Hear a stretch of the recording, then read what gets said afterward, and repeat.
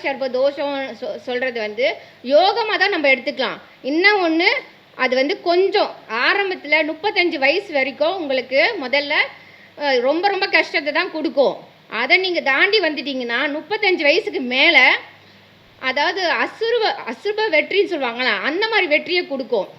நீங்கள் ராகு கேது அந்த மாதிரி கால சர்ப தோஷத்தோட ஆணோட ஒரு பெண் ஜாதகத்தை சேர்க்குறீங்கன்னு நினச்சிங்க, அப்போ கல்யாணம் ஆன புதுசில் அவங்க ரொம்ப கஷ்டப்படுவாங்க. அந்த அவங்க வந்து பிறந்தப்பவும் ரொம்ப கஷ்டப்பட்டிருப்பாங்க.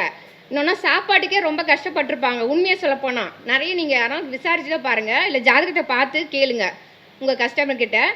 அதாவது சாப்பாடு தான் ரொம்ப கஷ்டமாக இருக்கும், ரொம்ப விரக்தி. படிப்பு தான் அவ்வளோவா வந்து அவங்க சாப்பாடே இல்லை, இது மாதிரி எந்த ஒரு பெஸ்ட்டாக திங்ஸ் அவங்களுக்கு கிடைக்கலன்னா அவங்களுக்கு எல்லாமே விரக்தியாகவே இருக்கும். என்னடா இருக்குது, இப்படி இருக்குது, இப்படி இருக்குது.